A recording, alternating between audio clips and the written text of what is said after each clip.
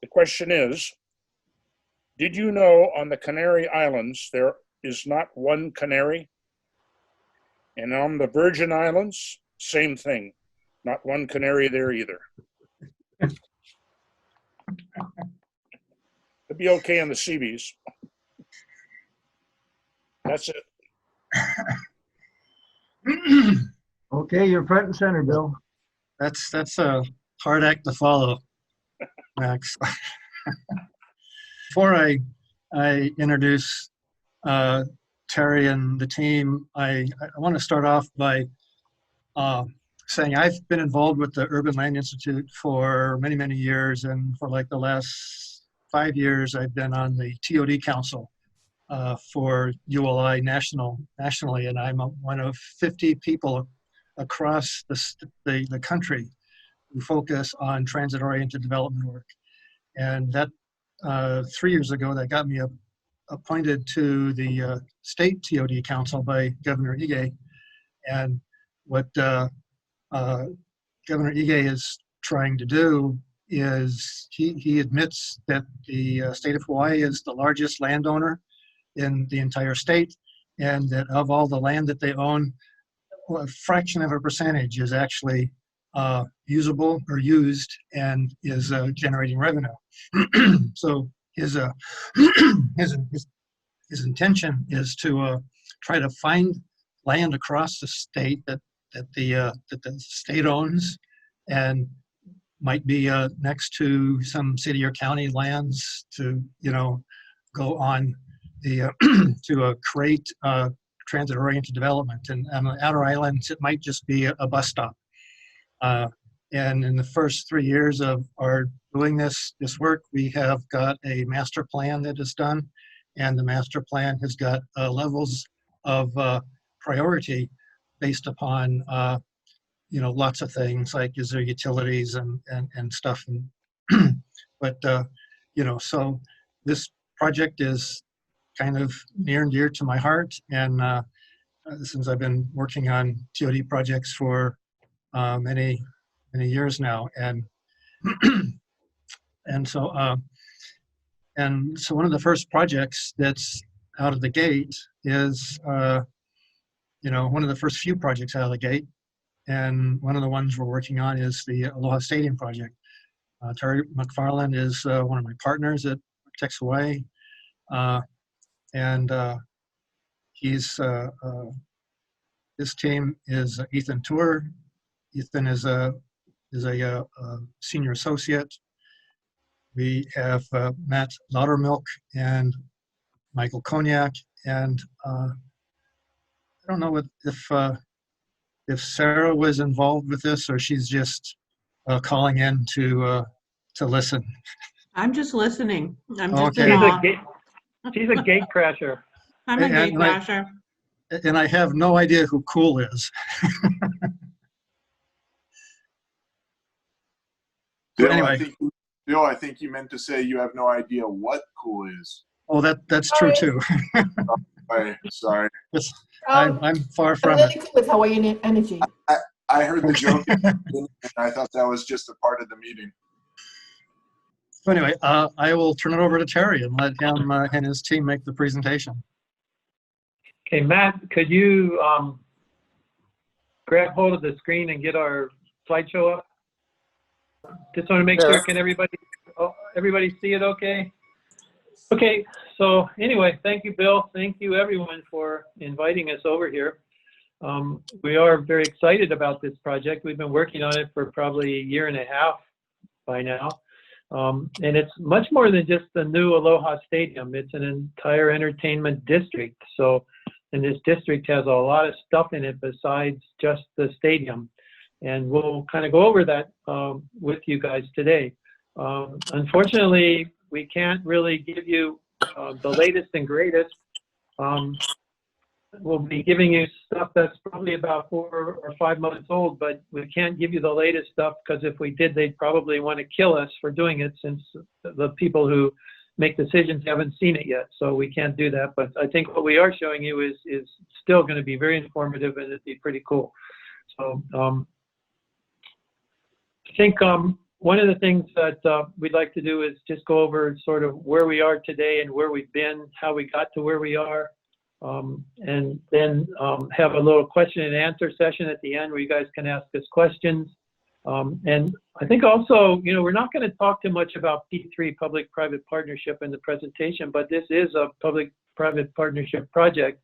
And there's probably going to be questions about that, and we'd like to field those and answer as many as we can. We're not the experts that some of the other folks on our team are, but we know a lot about it now, a lot more than we did a year and a half ago. So next slide. So some of our team members, I don't want to go through all of them because there's a lot of them, but a lot of them on the mainland and some of them here in Hawaii as well. But the prime is Crawford Architects. They're out of Kansas City. They've done a lot of stadium. They're stadium designers. That's what they do. So they've done a lot of stadiums on the mainland. They've done stadiums in Australia. I guess the stadium kind of that they're best noted for maybe would be the Seattle Seahawks stadium for the NFL team. And of course, then there's AHL. We're doing most all the other stuff that's not stadium oriented. And Wilson Okamoto, they're taking care of the EIS, which has got to be done for this project, big project. Onua is our cultural consultant. Compact is taking care of the community outreach, and that's a really big thing in this project, actually. WT Partnership from the mainland, they're the P3 experts. They've worked on quite a number of projects with Crawford Architects, P3 projects with Crawford Architects in the past. So those guys work really well together. They know exactly what needs to be done, and it's been real educational for us to work with those guys. From the state, of course, there's DAG, Department of Accounting General Services. They manage the project. There's a Stadium Authority, and there's HCDA. And HCDA will probably in the near future be handing most of their responsibilities over to the Stadium Authority. Next slide. So, stadium, as we know it, is about 45 years old now. It's been around a while. It's been the home of all kinds of sporting events, concerts. I mean, you name it, and it's you guys have been here. You know exactly what it's been. Tons of stuff. So, one of the things that we've been working on is Architects Hawaii over the past 10 years is keeping this stadium running well. It's made of mostly of Corten steel, and we'll talk about that in a little bit, but that's been a real issue with rusting problems, which of course everybody knows about. Next slide. So a little bit of history first. We'll go all the way back to November 11th of 1926. That's when old Honolulu Stadium opened, and they're at the corner of King and Eisenberg, and probably a lot of you guys might remember that. It was constructed entirely out of wood, and needless to say, it got the nickname of the Termite Palace for obvious reasons, being all made out of wood. It was, at the time, the largest wood structure in the United States, and probably if it was around today, it'd probably still be the largest wood structure. Seated about 25,000, which is fairly large. UH played football there. Major League Baseball actually played there. The New York Yankees played there, and then a couple other teams played there. Babe Ruth played there. Joe DiMaggio hit the longest home run in that stadium. The Hawaii Islanders baseball team was there. Poi Bowl, Pineapple Bowl. Next slide. Even in 1957, Elvis had a concert there. There was stock car racing, track and field. A lot of the same stuff, really, that the current stadium has. It performed just the same. Then and it went all the way until 1975. It was closed in 1975, and that's when the Aloha Stadium that we know today opened up, and then it was demolished in 1976. So next slide. So the new stadium was opened in 1975 for a price tag of $32 million, which sounds like one heck of a deal today. But maybe back then that was a lot of money. I don't know. It just seems like a really good deal right now. But it did a lot of things that old Honolulu Stadium couldn't do. Honolulu Stadium didn't have much parking. The new stadium had 40 times the parking stalls that the old one had. It was a really good multi-purpose venue. It had 4 movable grandstands, so it was able to move around for baseball, football, soccer, different sporting events.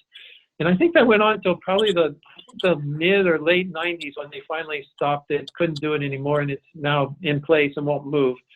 It's got about 50,000 seating capacity. Same thing as the old stadium, lots of concerts, auto shows, tractor pulls, monster trucks, and even some of the things that were outside of the stadium, swap meet, state fair. You know, there's 99 acres out there, so a lot of it has been used for a lot of really good reasons. So next slide. So you can see this under a construction photo, and you can see all the steel that was there, and it was Corten steel. And the Corten steel is probably most of you know, back in the 70s was used a lot, and on the mainland it worked really well. It got sort of a coating of rust on it, and then it stopped rusting, and you didn't have to maintain it. Basically, it just had this orangish color to it, and it just stayed like that forever. But unfortunately, in Hawaii, with our marine environment and the humidity, etc., that didn't happen. It just kept rusting. So, you know, for the past 10 years, AHL has been trying to keep that stadium in business. So it's been really tough. One of the other things that it really lacks is it doesn't have much technology. You know, it just really 1980s, 1970s technology for the most part. It doesn't have skyboxes and the things that, you know, most people would expect to see in a facility like this these days, restaurants, corporate boxes. It just is really hard pressed to do any of that. And there's a few more slides you can see under construction, the steel, just keep moving past that. So today, Aloha Stadium today, Aloha Stadium today is pretty much what I just said. It's been doing today, just exactly what it's been doing all these years. The big problem now is that, you know, with the new stadium coming on, the legislature is really not funding this project, this building to be maintained anymore. So it might be that in the future we actually have to close down parts of the stadium because it may not be safe to have people in it. So it will be interesting to see what happens in the next several years until the new facility is built. Next slide. So some of the things, of course, so I just talked about the swap meet. That's been going on, believe it or not, since 1979. 41 years the swap meet's been around. It's open 3 days a week right now, and it's actually one of the largest contributors to stadium income, and it doesn't even happen inside the stadium. Pretty wild. And then next slide, 50th State Fair. Another thing, that thing that happens on the site. What I'd like to do is have Michael now sort of run through, you know, I've talked about the history a little bit. So now what we need to do is we need to start talking about, do we renovate or do we replace? We had to go through a whole process to decide what we wanted to do there. Couldn't just decide to tear it down. So what is that process, and what were the decision-making sort of steps that we went through? And Michael's going to go through that real quick. Yep, sounds good. Yeah, so that was the question that was proposed, or should we rebuild it or just keep maintaining it? So I think Architects Wise has spent to this day about $100 million in maintenance fees, and it's about $30 million every year to maintain this facility, just through all the different types, steel, concrete. You can go to the next one, Matt. And so this just looks at the background, just looking at the history of the project. It's not something that's just been around for a few years. It's been about 15 years since 2005 when the initial planning studies were going on. So it's gone through many iterations, and now we're finally getting to a point where it's realized that we should not maintain it, but build a new stadium. And so this goes into, with Crawford, they did an extensive site selection process where, you can go to the next one, Matt. Started with 18 initial site locations, looking at all the parks and areas that initially that could just handle the size of the stadium, and then bringing that down to 9 to seeing where it could even be allowed. And from there, they kind of narrowed it to 6 sites and evaluated those. And after all the site selection process, in the end, it looks like the best fit was to keep the stadium at the original location instead of moving it to another park or golf course or open green space. So NASED, this is just a terminology that's been came from the new Aloha Stadium Entertainment District. So this is just a special district that's going to have its own set of rules and such that's going to be following. And one of the key concepts is we want to incorporate live, work, and play. So keeping it not just a secluded area, but for the community to use. And at the community outreach, these were meetings that have gone on through the past number of years. And this is just basically where, after taking all these things such as the site selection analysis or bringing it down to what you see in the background is 3 boards, option A, B, and C, and just bringing the community in and asking what they want out of this project. We tried to gather in a few groups at every community meeting, 5 to 6 groups, and every table that sat down had a purpose or goal. And so we would get comments from the community here and summarize them all and try to incorporate them as much as we could into the new master plan. Along with that process, the team made these 3 kind of conceptual programmatic master plans with these original 3 options. They had options A, B, and C, where basically they were looking at the different routes to build the new stadium, where option A is build it in place by just rebuilding a piece at a time and letting the whole stadium kind of operate as a whole, still kind of around the construction. Option B being moving the stadium, building it next to it while using the old stadium, and then demolishing the old after the new one is operational. And then option C being the same, but just south of the existing site rather than west, and then really breaking up that existing grid, which we can actually pull up a video real quick. That's really a fun look at the 3 different options.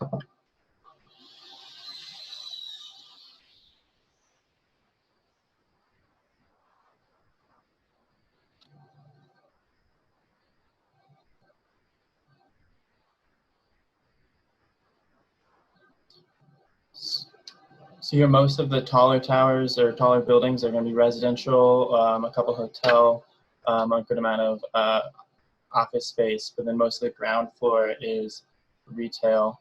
Option A really kept most of the existing kind of structure to the site, leaving a large majority of surface parking, but then really making sure they built up some tower residential presence here around the heart site, because all 3 options are really looking at getting that pedestrian connection between the heart site in conjunction with the Halava TOD plan, of course. And then option B.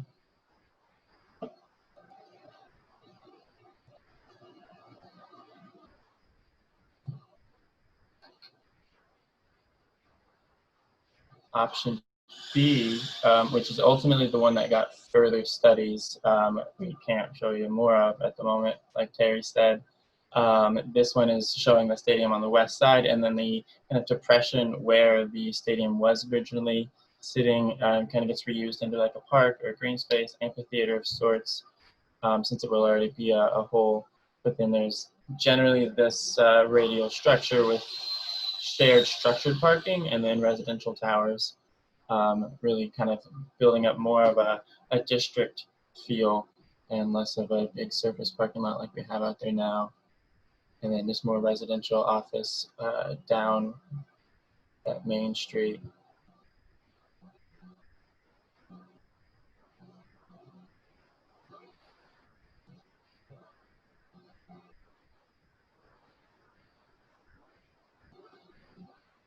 And then option C, which is still keeping the same connection to the heart line, but then it draws a straight line across the site and really puts in this orthogonal grid to take you back down south and centering back around the park again, but much more traditionally laid out, and just another option that we're going to be able to keep it open for the developing team that does take over the project to really know that they have these in their arsenal to apply to their design when they start to think about how they want to use this site. But then also you can see we still really like the idea of being connected to its neighborhood connections. There's some trailways and pathways in here that even has a good wiggle on the Halava stream, which is something that is in our thought and perspective is revitalizing that stream and bringing people down to it somehow. Go back to this.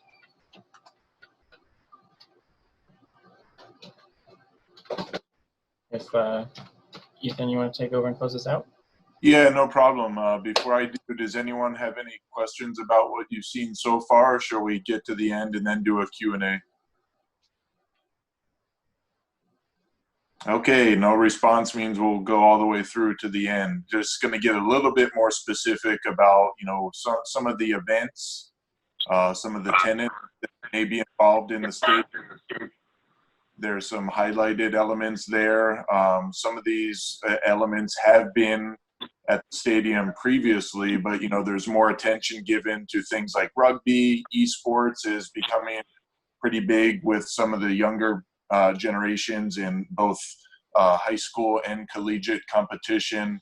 You've got your combat sports, NFL and CFL exhibition, in addition to some of the other things that we've all gone to before, football, 50th State Fair, some motocross and things like that. So a lot of stuff going on at the stadium. Next slide, please. Again, another thing to kind of take into consideration is that the program is for approximately 35,000 seats. There's a study that's behind that as well, kind of taking into consideration, the existing stadium capacity and what the new stadium capacity should be. There's some other things here that you could read through as well for the stadium program that are being taken into consideration. Next slide, please.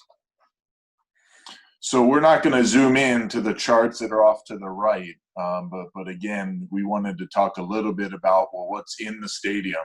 And there are going to be obviously retail elements that are part of the stadium. There's going to be a Hall of Fame area as you approach and enter the stadium. Premium food and beverage, obviously, that seems to be a growing trend at all modern stadia across the country. And then we start to get down to some of the sporting events, including soccer, football, which football may be the same thing as soccer, depending on where you're from, rugby, concerts, esports, and those sorts of things that we had mentioned. The concerts, interestingly enough, in one of the concepts or in multiple of the concepts, can occur not just within the stadium for someone who's a big draw, but also, maybe during the 50th State Fair, or during, someone who might not be as big of a draw. There'd be an outdoor amphitheater, roughly the size of the Shell in Waikiki. Next slide. So there's a continuation there, the 35,000 seats, of which 2,200 roughly would be premium seats. So those, boxes, suites, clubs, the loge area, the digital display board that's planned to be two-sided, I should say, so that you get a chance to actually be a part of the scoreboard from outside the stadium, or potentially if there's a game going on that is an away game, that people could come to the amphitheater and watch the away game together. So that's something that's being programmed as well. And then obviously flexibility. So that's really, it's not the same type of flexibility that the Rust bucket, kind of shut itself down and don't have football and baseball in different configurations. That's not the idea. It's just program flexibility so that the different tenants and users of the facility have something that's generic enough to be able to accommodate as many events as possible. Next slide. So this gets into the vision of the future and really, the project vision. You guys can read through this. But I did highlight a couple things that are really important. It is about younger generations and the spirit of achievement, thrill of competition, and then last but not least, pride and, the feeling of aloha. There were some objectives in some of the meetings that occurred in the community that were very much consensus building. Some of the community meetings were more targeted to be with the stadium authority. Others were more targeted to be with the swap meet vendors themselves. And then really, so when you get down to the second highlighted phrase, an executable development plan. So oftentimes you guys might see master plans or development plans that look great, but they're not executable. They're not affordable. You know, they wind up collecting dust on a shelf. So that was one of the objectives as well, was to have an executable development plan, which meant that this project surely had to be phased. And so there is a first phase, second phase, third phase approach. There are going to be many phases, obviously determined by the developer and the general contractor, which within each of the main phases. But this first phase approach really includes the new stadium. Next slide.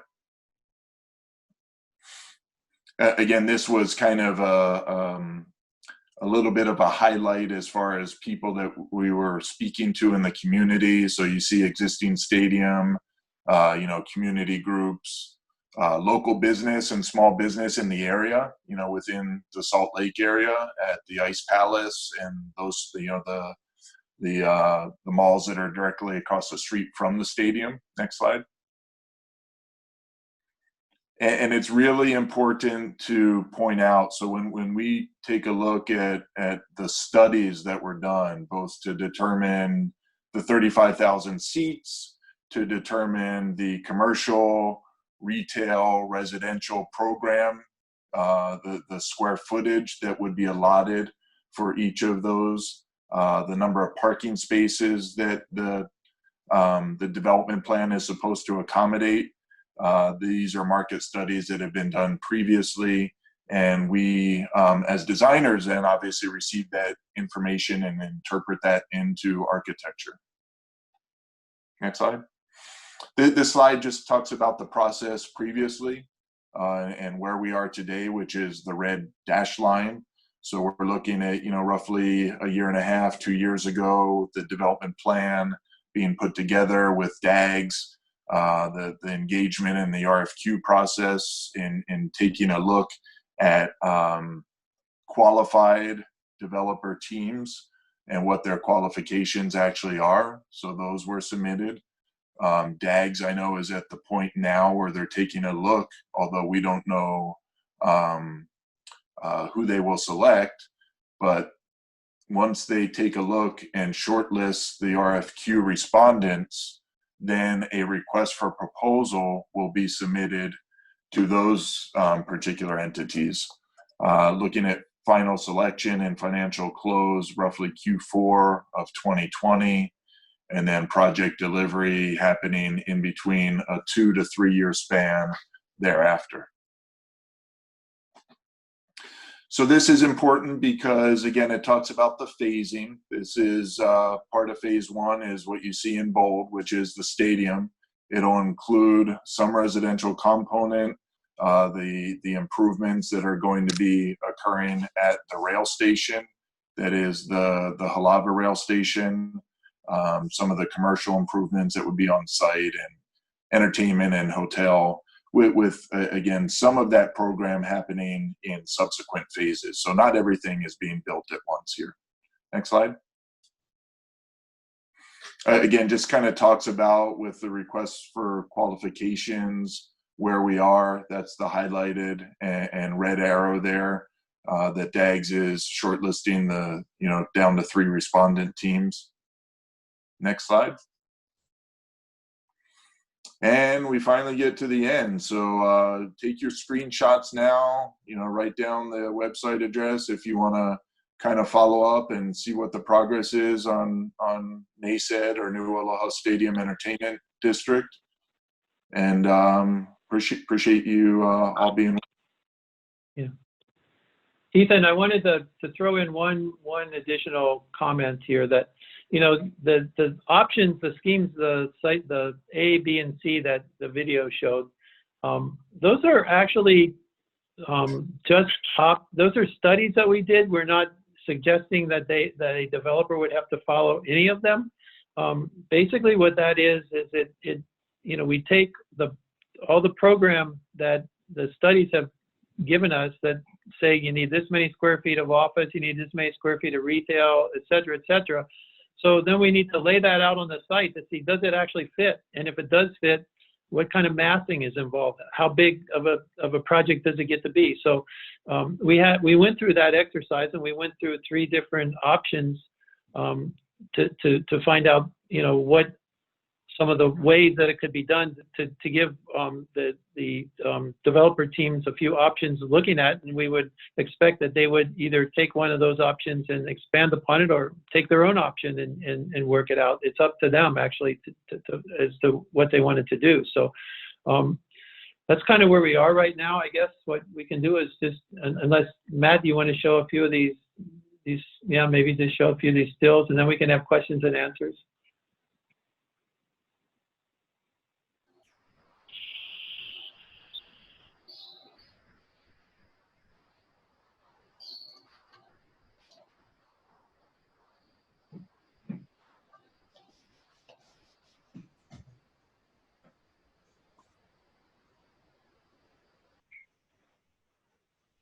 So as you can see, it is a stadium, but it's far more than just a stadium.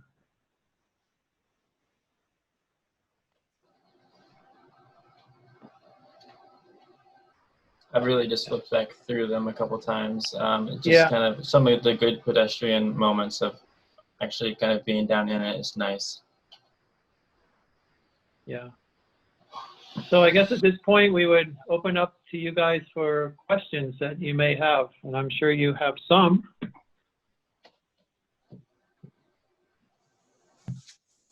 I have one question. Sorry about this question, but depending on what happens with social distancing and how long that's going to be with us, is that being looked at, or we're just assuming that we're going to be going back to normal pretty soon? Yeah, that at this time that has not been looked at, and I think the assumption is we will be going back to, I don't know if it'll be back to where we were, but back to a different place. I'm not sure in the RFP, WT Partners may bring something up, some written part of the RFP may address that. I'm not sure, I haven't seen that yet. So Bill, there haven't been any design adjustments associated with that, but I don't know if you caught the open games for Major League Baseball, and there's some cardboard cutouts sitting in the stands now in Major League Baseball stadiums. Hey, this is Rob Kinslow. My question is, so given that what I heard you say that these 3 designs, A, B, and C, are just proposed kind of layouts and not actually what the contractor and the down-selected developer would do, what can we say about how the footprint of the current stadium relates to the footprint of the new stadium? By that I mean just the aerial plan form footprint of the stadium.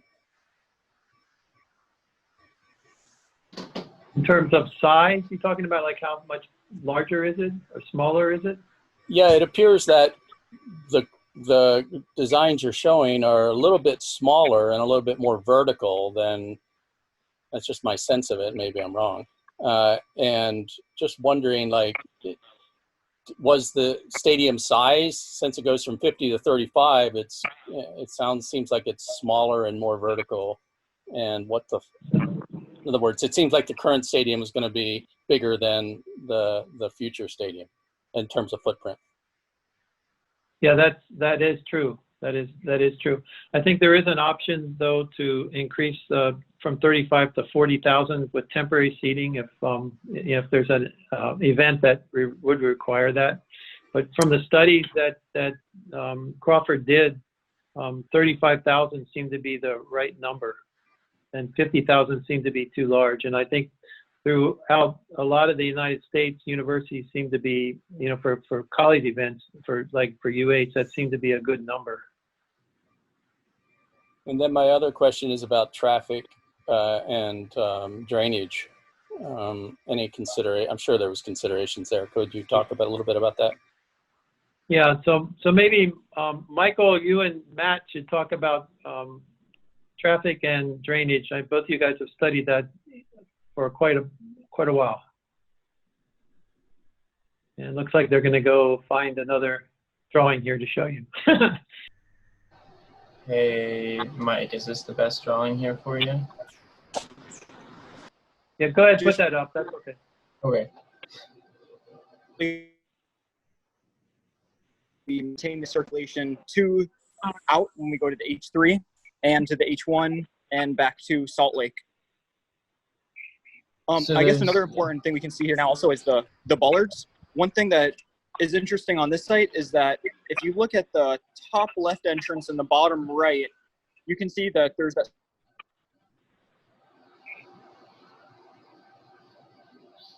Michael, you're breaking up. We lost you, Mike. I think we lost them altogether, yeah. So one of the things that we were talking about, and Matt, maybe you could get your cursor there to show it a little bit, but to get people off of Salt Lake Boulevard, we've actually gotten get them into the site and have them queue up on site basically instead of on the street. So we have areas where they can queue up prior to a game or after a game leaving, so that they don't get into all the major streets. That's one of the criticisms that the folks when we had these community events where they said, gee, it's really terrible because I can't even get to my house when there's an event happening. So we're trying to help them so that that doesn't happen, or at least it happens minimally compared to the way it is happening now. Also, this is we aren't even talking about gates on site anymore necessarily. The gate's going to be in structured parking, because the heavy majority of all the parking on site is now structured or garaged.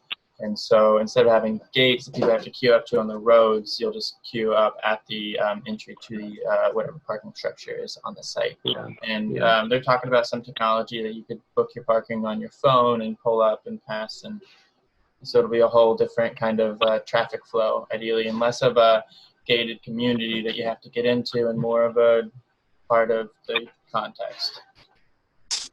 It's one of the things also in taking a look at some of the traffic studies would be the acknowledgement that you're going to have a lot of people hopefully riding the rail and getting off at the station. Maybe not as many cars needing to be parked or driving up and down Salt Lake Boulevard. There are strategic places on site. Some of our further studies where Uber or Lyft or those sort of rideshare programs could occur, in addition to pedestrian and bikeable opportunities. So we're starting to take a look at the connection over to Aiea Elementary, the bridge connection that goes over the Camp Highway entry onto the freeway. Yeah, as well as access into the communities in general. Can I ask a question on this? Sure. Okay, fine. I'm sorry that Hawaiian Electric's taking down a mango tree on our street. They're worried about the hurricane in the street going down. Anyway, a quick question is, I'm looking at this. I don't see a lot of green.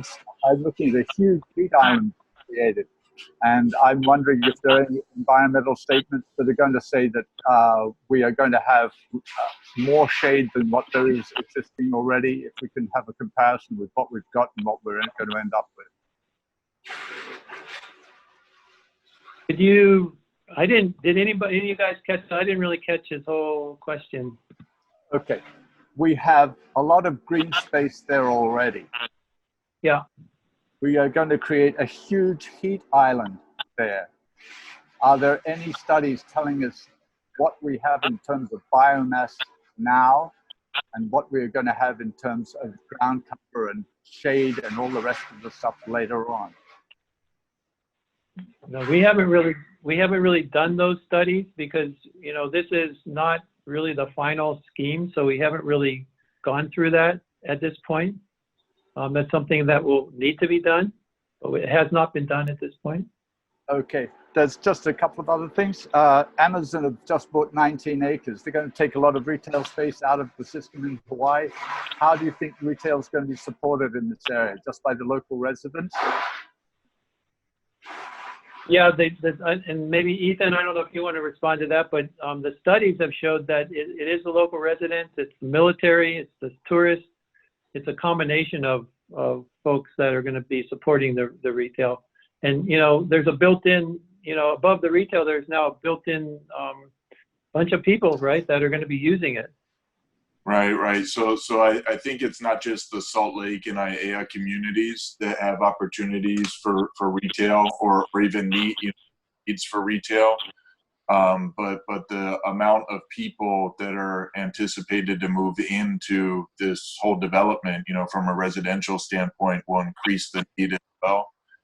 As far as the square footage, what we can say is, you know, that we're looking at multiple opportunities for both, you know, small scale mom and pop local shops, as well as kind of medium box. We're not anticipating a large box, you know, or shopping center to be in this development, but they're just a lot of different opportunities for mixed retail.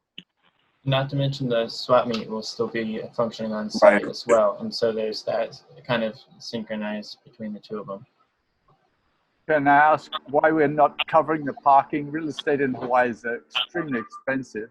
You've got a parking lot there that doesn't have any trees in it. Can we do the greenest parking lot, make it 2 stories, kind of like the city and county parking lot that we have at Frank Fasty building?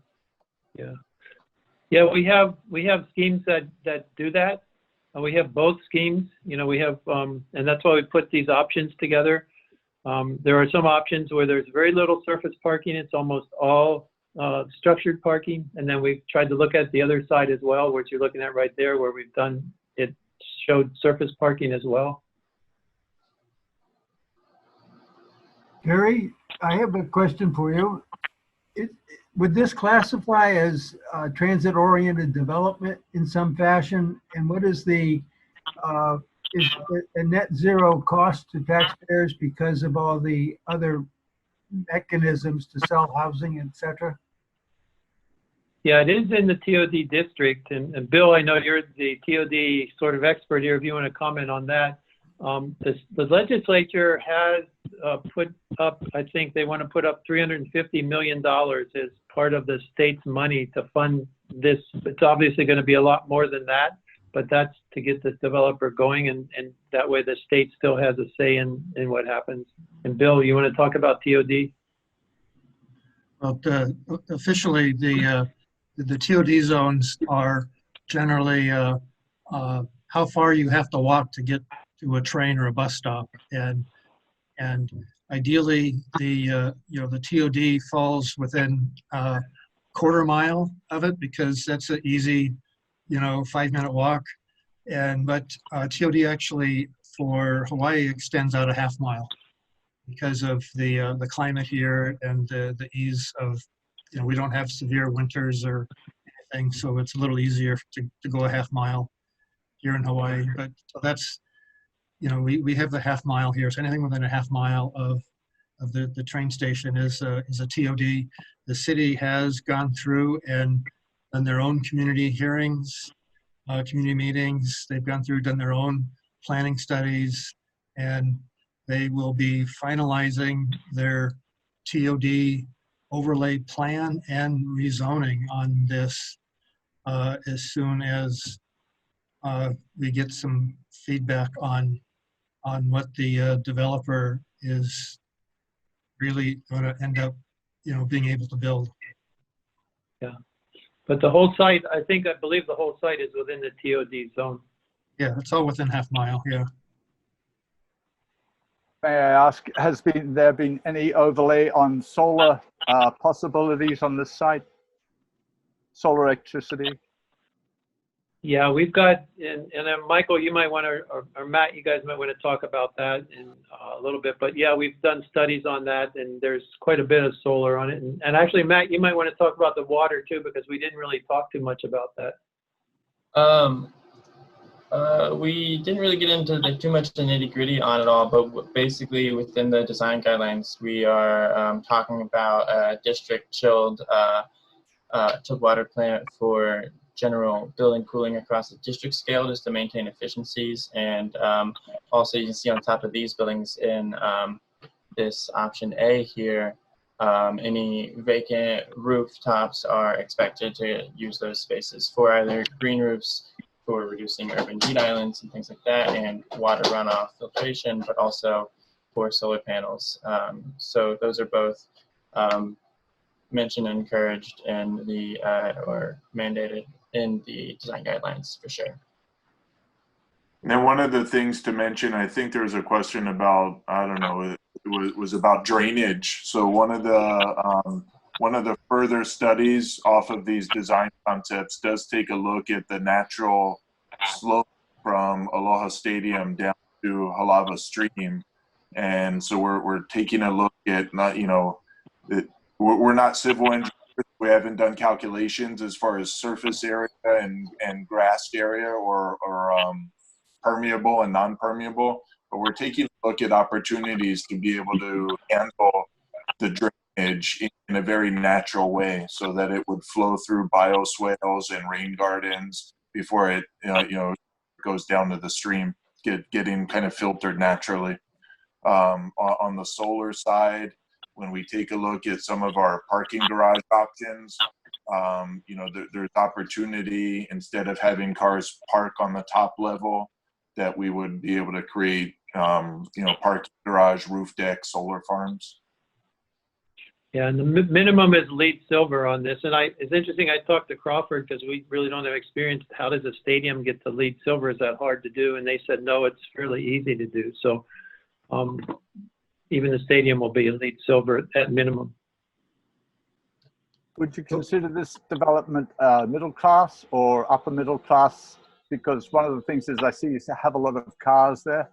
I've seen a talk that was 7 years old, came from New South Wales Sydney University in Australia, and the man made the statement that by 2025 it would be 5 times cheaper to have an app on your phone than it would be to own a car. And I don't believe that Hawaii is going to do anything but go in that direction. I don't know what to say. We're definitely thinking about other kind of like parking reductions that we could take advantage of because of transit and also people maybe not owning cars, and having a mix of high-end and kind of affordable housing throughout the site. Yeah. One of the things we are I think will be in the RFP, but don't quote me on this, but it's in our design studies as well, as all the parking structures. We have a floor-to-floor height on the first floor much higher, to allow for future development in that parking structure of something other than parking. So if need for parking becomes less, those floor areas can be used for other things. So I have a few questions. My name is John Kawamoto, and I've been a UH football fan for a long time, going back to the old stadium on King Street. And I'm also a member of Faith Action for Community Equity, which is an advocate for social justice, including affordable housing. So my questions are, so I understand the stadium won't be able to pay for operations largely because of declining UH football attendance. So the mixed use part of the project will subsidize the stadium part. Is that true? Okay, that's the first question. The second question is, the legislature rejected this Aloha Stadium bill just about a week ago. So how does that affect the development of the stadium? And the third question is, how much of the development plan is locked in? Is it still changeable, or all those floor areas, for the different purposes, is that all locked in? So, and I guess depending on the answers, I might have a comment later. So thank you. Okay, maybe go backwards, I guess, maybe on this. As far as the studies that were done, that locked in our study. However, if a developer team, and they will do their own studies, right? They're going to do that. And if their studies show that that's not how it should be this way, and they're, we have our guys look at it and they agree with them, then that's what it would be. So I don't think we're locked into those numbers right now, but those are the numbers that our guys are telling us. And if somebody comes up with new numbers and they can validate those new numbers, we're not going to dig our heels in and say, no, I'm sorry, you can't do it. You have to do what we say, even though it might not be right. So things change as time goes by, right? I mean, when COVID's here and wasn't here when we did the study, right? So it can be different. Second one was the legislature didn't actually turn it down. They just didn't vote on it. They left it just ride. And the reason they did that was because there was some in the bill. There was one part of it that actually was incorrect, and it tied HCDA to something that they didn't want to be tied to. They typically have 65-year leases on their property, and the stadium is going to have 99-year leases, I believe. And the way it was written, it tied HCDA into 99-year leases, and of course they didn't want that. So the bill is being supported. It just can't be passed because of what the wording wasn't right. So they have to change the wording and then re-vote on the bill. And it's possible that we maybe have to wait all the way till next year till the legislature comes back into session. But it's possible maybe to get this on a special session, because I think the state's going to get some federal monies for COVID, and they need to find out what to do with that money. And so they're going to have a special session that they need to have to find out where that money's going to go. And I think DAGS is going to try to get the stadium put back in to that discussion so that it can be moved forward a little bit faster. But it's by no means is it dead. We're still working on the project full speed ahead. It hasn't stopped us at all. And so it's still moving forward, and it still has support. The first question, I don't know if I can really answer that. I guess you'd have to ask the people who did the financial analysis to answer that question. But I would only say that I would guess that all the activities that happen in the stadium are gonna sort of promote the stadium's financial well-being. So I think UH's program will just be one of those things. There'll be concerts, there'll be all kinds of things that go in there. And I think once we have a facility that can handle all that stuff and do it really well, I think we're going to become much more popular for different events. So, and I think that it's up to the developers because they're the ones who are going to be running the stadium, right? So it's up to them to start to push for that. So I guess I can't really totally answer the first question. So I guess my comment on the overall design is that, I know there were these public meetings, and I went to a couple of them, and maybe there were 100 people there. But there have been surveys of Hawaii residents, broad-based surveys, and the surveys indicate that affordable housing is Hawaii's biggest need. There was one survey that said the top concern of Hawaii's residents was the cost of living. And housing is the biggest item in most families' budget. The second biggest concern was affordable housing itself. And the third biggest concern was homelessness. And of course, homelessness is caused largely by the lack of, or the shortage of affordable housing. So the stadium site, since it has about 40 acres not designated for the stadium and affiliated parking, the current plan envisions a mixed-use district with some housing, but it could accommodate tens of thousands of affordable housing units. And it's a perfect place for affordable housing because it's next to a rail station. and it's state land. So the development of housing, the financing is made a lot easier because the land doesn't have to be bought. So if there's, say, 20,000 affordable housing units built there, it would accommodate perhaps 50,000 people. And that would be, potential customers for all the events happening at Aloha Stadium.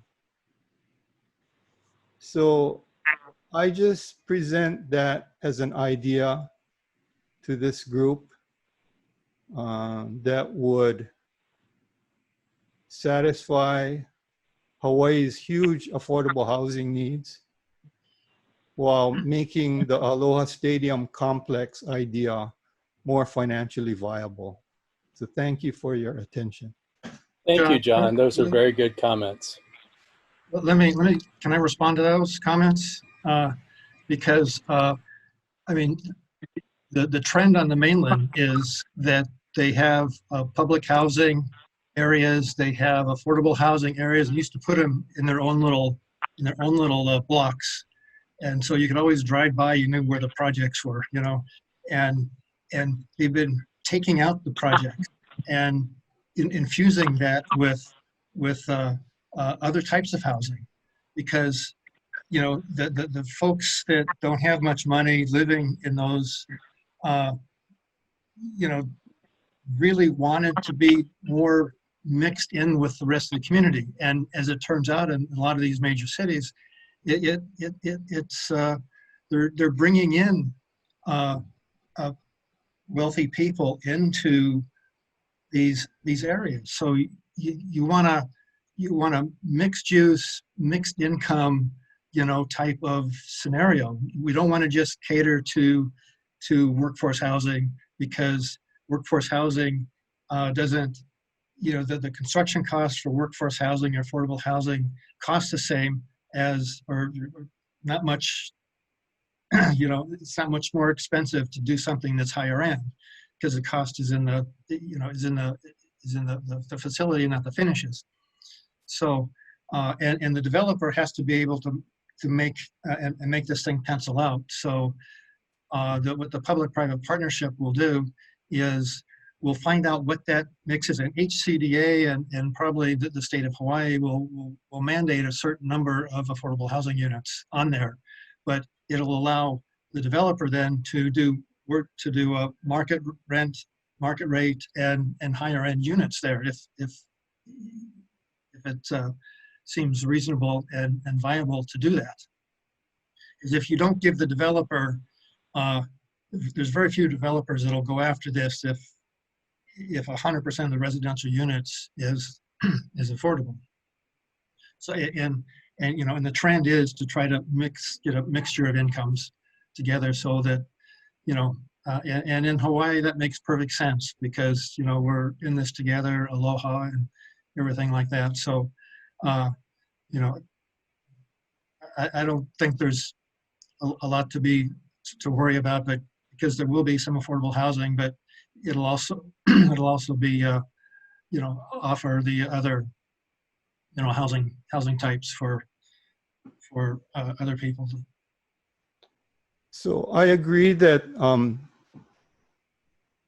residents of different income levels should be mixed together, and this should be a mixed-use development.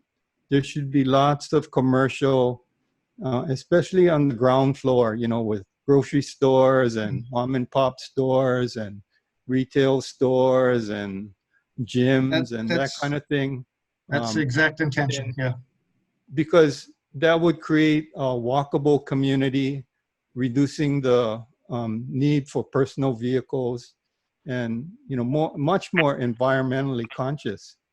But affordable housing can be mixed in with higher end housing. It's been done already. Yes. And the affordable housing is subsidized yes. by government.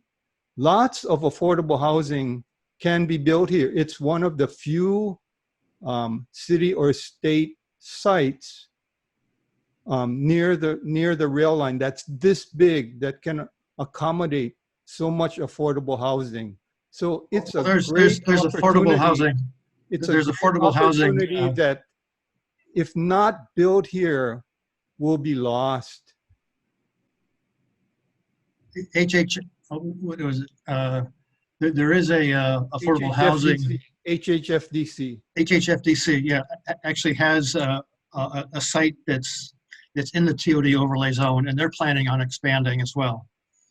So that is, it's not just here, but the state owns a lot more land than this, and so that's being planned on as well. Yeah, so the state needs tens of thousands of affordable units statewide. And, some affordable housing is being built now. A lot of it is being built on private land, making the cost higher. But this is public land. So the cost of construction will be reduced considerably. May I interject here, because we've come toward the end of our typical time limit. We will be able to continue hosted by Robert after we officially make our 1 o'clock time. Definitely thanking Terry and his team and Bill for bringing this together. And comments like yours, John. We will, at this point, Bill will have any closing comments on our talk today, any summary, and then we will close the meeting. Oh, I mean, I've been going to the mainland, looking at TOD projects, and this TOD project ranks up with anything I've ever seen. So it's using all of the design concepts. It's just it's a world-class project that we're seeing here, and compared to anything on the mainland, it's at least equal. Thank you, Bill. And so thank you, Terry and team, and I know we're all busy, and I appreciate you making the time for this. Thank you. Thank you for inviting us. Thank you. Appreciate you all. Good job. Okay. Thanks. Are we still going to have questions? We're gone. Send them to me, Michael. Thank you, Bill. Thank you, Okay, I Ethan. will, Bill. All right, Thanks. hey, we'll have an open forum at this point. The formal time has been reached. I have another meeting, so I have to leave. Sorry. Thank you, Ethan. Thank you, Bill. Take care this weekend. Aloha, brah. Aloha.